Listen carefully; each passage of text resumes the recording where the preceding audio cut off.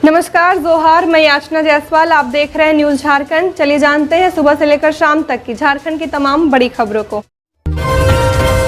Women's Asia champions trophy 2023 भारतीय महिला hockey team की लगातार छठी जीत। आज जापान के साथ खेलेंगी फाइनल मैच। एशियाई चैंपियंस ट्रॉफी में कोरिया को हराने के बाद भारतीय सीनियर महिला हॉकी टीम फाइनल में पहुंच गई है। कोरिया को हराने के बाद भारतीय टीम ने लगातार छठी जीत हासिल की है। शनिवार को भारत में कोरिया को 2-0 से हराया था। आज होने वाले फाइनल मैच में भारत का सामना बीते चैंपियन जापान से होगा। इसके अतिरिक्त तीसरे और चौथे स्थान के लिए चीन और कोरिया की टीमें आमने सामने होंगी। फाइनल मैच रात 8 बजे से रांची के मोहराबादी स्थित मरंगम के जयपाल सिंह एस्ट्रोटर्फ स्टेडियम में खेला जाएगा। भारतीय सीनियर महिला हॉकी टीम आज दूसरी बार खिताब पर कब्जा जमाने उतरेगी। इससे पहले भारतीय महिला हॉकी टीम साल 2016 में चैंपियन बनी थी। सिंगापुर में खेले गए टूर्नामेंट के फाइनल में भारत ने चीन को 2-1 से पराजित कर खिताब जीता था। इसके अतिरिक्त भारत 2013 और 2018 में उप विजेता रह चुका है। रांची के खलारी थाना क्षेत्र में सीसीएल कर्मी की गोली मारकर हत्या, मौके से खोखा बरामद।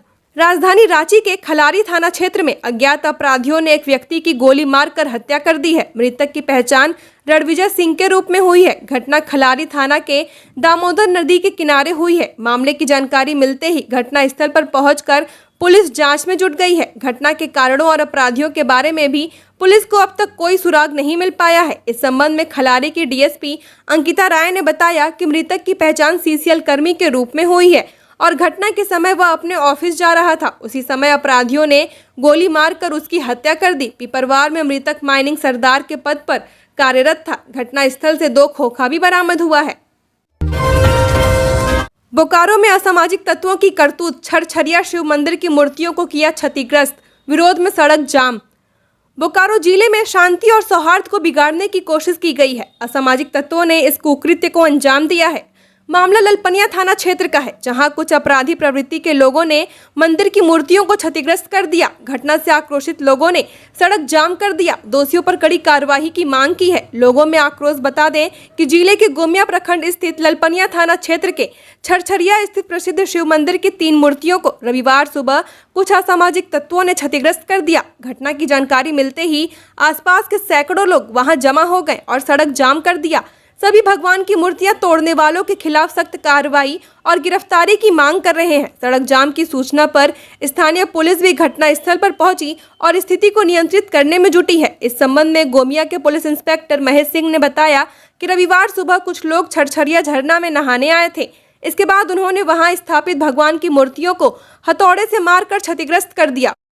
वहां मौजूद लोगों ने बताया कि कुछ लोग जमशेदपुर के नंबर वाली गाड़ी से यहां नहाने के लिए पहुंचे और मूर्ति को तोड़ दिया। मूर्ति तोड़ने के बाद लघु बुरु ललपनिया के पहाड़ी पर चले गए।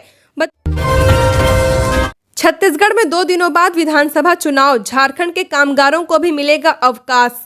छत्तीसगढ़ में 2 चरणों में विधानसभा चुनाव होने हैं। इसके लिए निर्वाचन आयोग भारत ने 7 और 17 नवंबर का डेट तय किया है। 2 दिनों बाद वहां होने वाले इस चुनाव को देखते हुए झारखंड के कामगारों को भी संवैधानिक अवकाश दिया जाएगा। इस संबंध में मुख्य निर्वाचन पदाधिकारी सह सचिव मंत्रिमंडल निर्वाचन विभाग झारखंड ने 30 अक्टूबर को निर्देश जारी किया था। श्रम नियोजन विभाग झारखंड ने इसकी जानकारी देते हुए सूचना दी है। छत्तीसगढ़ में होने वाले चुनाव के दिन झारखंड के कामगारों को भी अवकाश मिलेगा। वैसे कामगार जो छत्तीसगढ़ के वोटर हैं और छत्तीसगढ़ से सटे झारखंड के सीमावर्ती जिलों के विभिन्न प्रतिष्ठानों, दुकानों में काम करते हैं, उन पर यह सुविधा लागू होगी। श्रम विभाग के मुताबिक 7 और 17 नवंबर के लिए यह विशेष व्यवस्था की जाएगी। गिरिडीह के लापता चौकीदार यूपी के गजरौला में मिला, एसआईटी करेगी पूछताछ। तीसरी थाना का लापता चौकीदार राहुल यादव यूपी के गजरौला में शनिवार देर रात मिला। एसपी दीपक कुमार शर्मा ने इसकी पुष्टि करते हुए बताया कि चौकीदार फिलहाल सुरक्षित है और उसे लाने के लिए पुलिस टीम रवाना हो गई है। पुलिस सूत्रों की माने तो मामला अपहरण का नहीं है। इसका खुलासा एसपी के निर्देश पर गठित एसआईटी की शुरुआत जांच में हुई है। ऐसे में इस मामले का खुलासा चौकीदार से पूछताछ के बाद ही होने की संभावना है। बता दें कि शुक्रवार सुबह से मॉर्निंग वॉक के लिए निकलने के बाद से ही चौकीदार का कोई सुराग नहीं मिल रहा था और इस संबंध में परिजनों ने थाना में शिकायत दर्ज कराई थी। पुलिस की विशेष टीम भी उसका सुराग पाने के लिए लगातार तलाशी अभियान चला रही थी। खबरों में आगे बढ़ने से पहले अगर आपने अभी तक इस चैनल को सब्सक्राइब नहीं किया है तो सब्सक्राइब कर ले, जिससे आपको झारखंड की हर छोटी बड़ी खबर के अपडेट मिलते रहे। तो चलिए बढ़ते हैं खबरों की ओर। आपकी सरकार आपके द्वार कार्यक्रम 15 नवंबर से छात्रों को साइकिल खरीद के लिए मिलेगी राशि, धोती साड़ी का भी होगा वितरण। 15 नवंबर से 29 नवंबर तक आपकी योजना आपकी सरकार आपके द्वार कार्यक्रम का तीसरा चरण शुरू होना है। मुख्यमंत्री हेमंत सोरेन के निर्देश पर राज्य भर में पंचायत स्तर पर शिविर लगाकर आम ग्रामीणों से आवेदन प्राप्त करने तथा जांच के बाद उसे स्वीकृत कर उक्त लाभ स्थल पर लाभार्थी को उपलब्ध कराया जाएगा। मुख्य सचिव सुखदेव सिंह ने कार्यक्रम की सफलता तथा उपयोगिता को देखते हुए राज्य सरकार के 4 वर्ष पूरे होने के मौके पर यह कार्यक्रम राज्य भर में आयोजित करने का निर्देश सभी विभागों के सचिव, प्रमंडलीय आयुक्त, उपायुक्तों को दिया है। मुख्य सचिव ने स्पष्ट किया है कि अभियान चलाकर व्यक्तिगत योजनाओं को लागू किया जाए, अर्थात कोई भी अर्हता प्राप्त व्यक्ति योजना के लाभ से वंचित नहीं रहे। इन शिविरों में सरकारी योजनाओं की जानकारी आम जन तक पहुंचाने के लिए विशेष व्यवस्था करने को कहा गया है। अभियान के तौर पर स्कूली बच्चों को जाति प्रमाण पत्र निर्गत किया जाएगा। प्रत्येक शिविर में छात्र छात्राओं के बीच व साइकिल क्रय के लिए प्रतीकात्मक चेक का वितरण किया जाएगा। यह भी सुनिश्चित किया जाएगा कि सभी लाभार्थियों को उसी दिन साइकिल क्रय के लिए डीबीटी के माध्यम से खाते में राशि भेज दी जाए। कार्यक्रम में एसएसजी कल्टर सदस्यों के बीच आईडी कार्ड का वितरण, कंबल का वितरण, धोती साड़ी का वितरण किया जाएगा।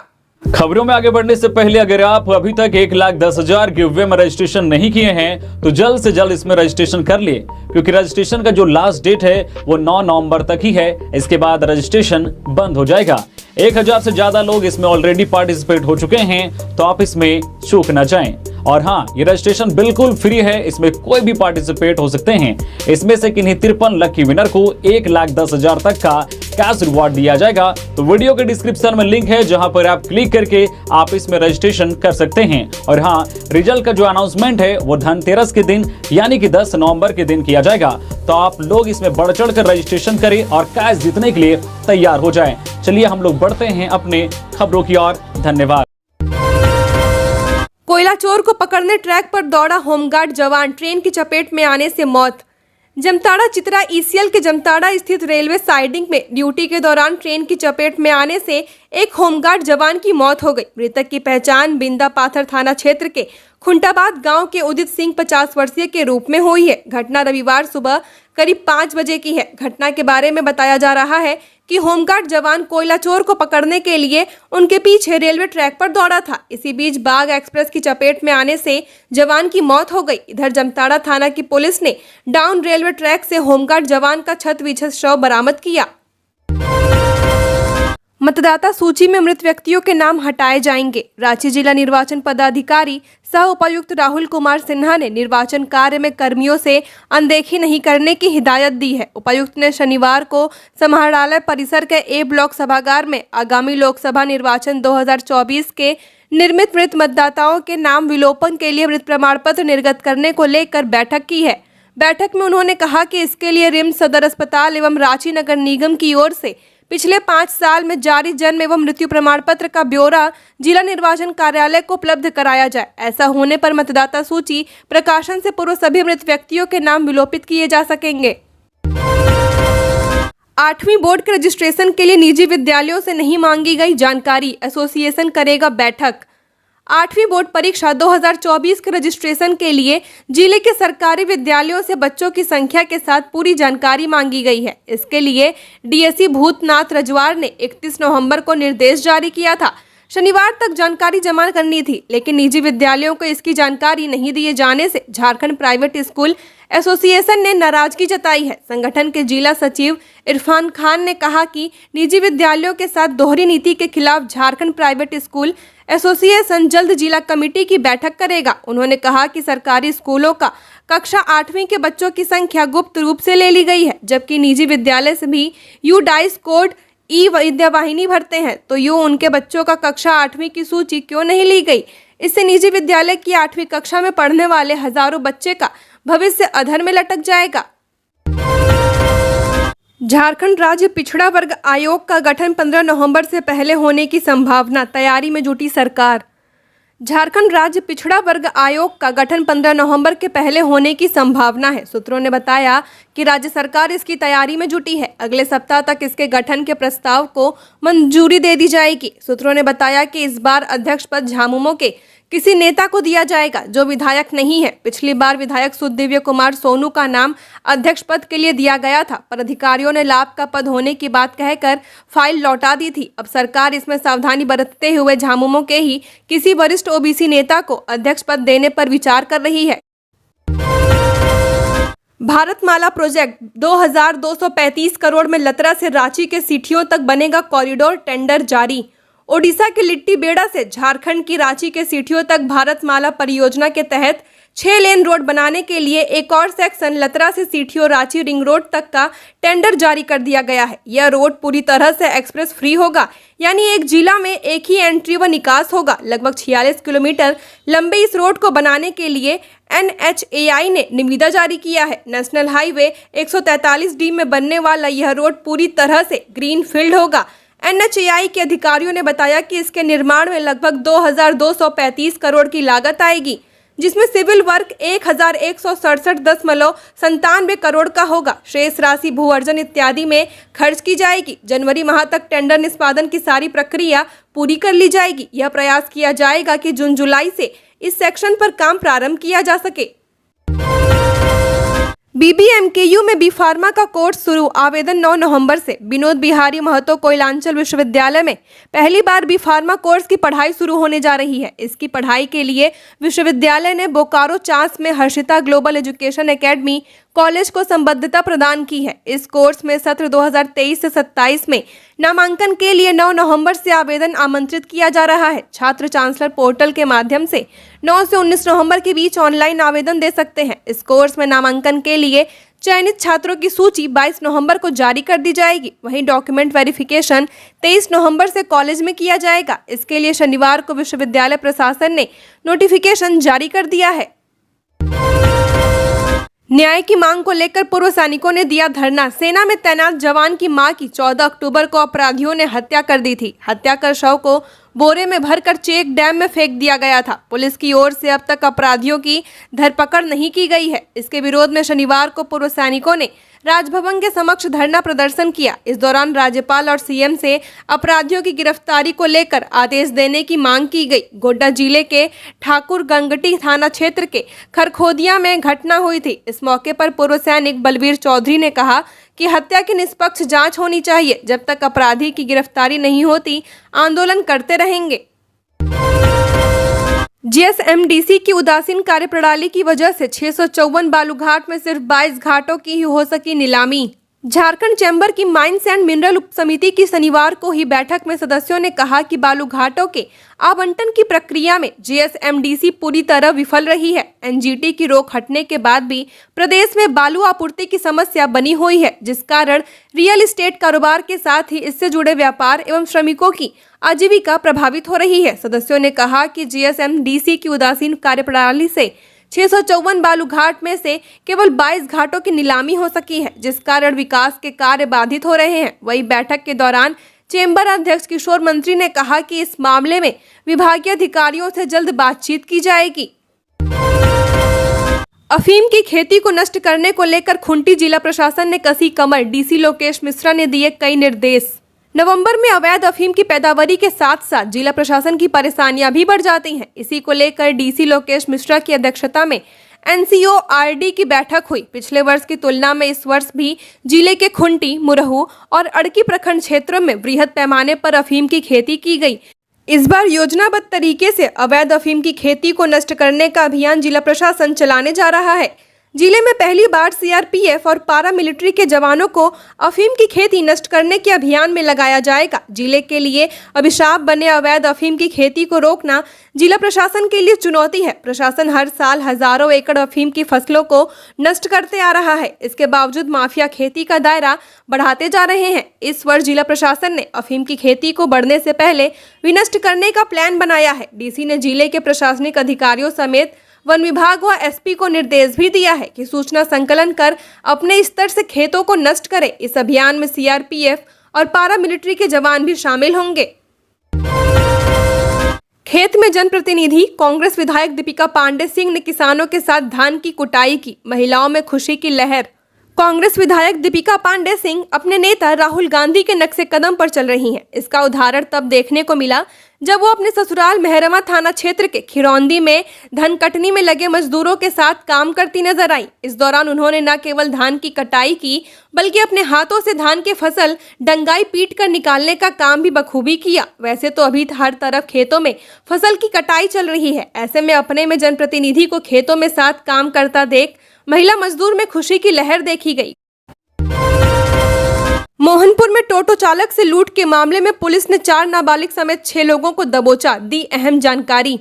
देवघर दुमका मुख्य पथ पर मोहनपुर थाना क्षेत्र के बलियादह गांव के पास बुधवार की देर रात हुई सड़क डकैती में एक टोटो चालक से 6 अज्ञात अपराधियों ने पिस्तौल के बल पर रुपए व मोबाइल लूटे थे। इस मामले में एसडीपीओ पवन कुमार के नेतृत्व में गठित छापेमारी टीम ने घटना में शामिल गिरोह का उद्भेदन कर लिया है। कांड में संलिप्त रहे 4 नाबालिग सहित 6 को छापेमारी टीम ने पकड़ा है। यह जानकारी देवघर पुलिस अनुमंडल कार्यालय में आयोजित पत्रकार वार्ता में एसडीपीओ पवन कुमार व सीसीआर डीएसपी आलोक रंजन ने संयुक्त रूप से दी है। दोनों डीएसपी ने पत्रकारों से कहा कि मामले में शामिल 4 नाबालिगों को निरुद्ध कर जेजे बोर्ड पेश कराया गया। वहीं घटना में संलिप्त रहे 2 आरोपितों को कुंडा थाना क्षेत्र के करनीबाग निवासी राजतुरी व मोहनपुर थाना क्षेत्र के बिराजपुर गांव निवासी डिकेश कुमार को गिरफ्तार कर कोर्ट में पेश कराया गया। दोनों पदाधिकारियों ने बताया कि आरोपितों के पास से पुलिस ने 2 देसी कट्टा, टोटो चालक की लूटी गई मोबाइल और लूटकांड में प्रयुक्त पल्सर व स्प्लेंडर बाइक भी बरामद किए हैं। बोकारो में नमामि गंगे नदियों एवं जल स्रोतों को स्वच्छ रखने के लिए गंगा रन का आयोजन। नमामि गंगे के गंगा उत्सव के तहत शनिवार को नदियों व जल स्रोतों को स्वच्छ रखने को लेकर जिला गंगा समिति की ओर से गंगा रन का आयोजन किया गया। एसपी प्रियदर्शी आलोक के साथ बोकारो ने दौड़कर कार्यक्रम की शुरुआत की। श्री आलोक ने कहा कि मानव जीवन में नदियों व जल स्रोतों का काफी महत्व है। जल स्रोत स्वच्छ व सुरक्षित है तभी हमारा जीवन भी सुरक्षित है। आम लोगों से अपील है कि जल स्रोतों को स्वच्छ बनाए रखें। इस सप्ताह होगी मुख्य अभियंता की पोस्टिंग। रांची ग्रामीण कार्य विभाग के मुख्य अभियंता की पोस्टिंग 1 सप्ताह में हो जाएगी। इसके लिए प्रक्रिया की जा रही है। मुख्य अभियंता का पद 1 नवंबर से खाली हो गया है। यहां प्रभारी मुख्य अभियंता के रूप में राजीव लोचन थे। श्री लोचन की सेवानिवृत्ति के बाद से यह पद खाली था। वहीं विभाग में मॉनिटरिंग के प्रभारी मुख्य अभियंता भी रिटायर हो गए हैं। इस तरह दोनों पदों के लिए स्थापना समिति की बैठक कर पोस्टिंग कर दी जाएगी। कांची नदी पर 3 सालों में 12 करोड़ की लागत से पुल के अवशेष कार्यों को किया जाएगा पूरा।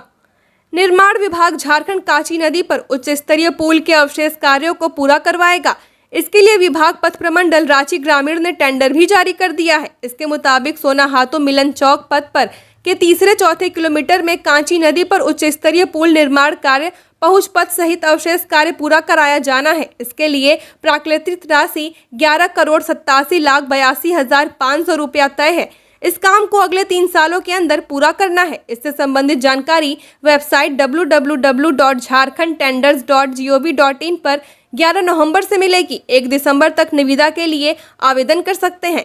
झारखंड की और खबरों के लिए बने रहिए हमारे साथ। हमारे चैनल न्यूज़ झारखंड पर चैनल को सब्सक्राइब करें, साथ बेल आइकन को प्रेस करें। नमस्कार।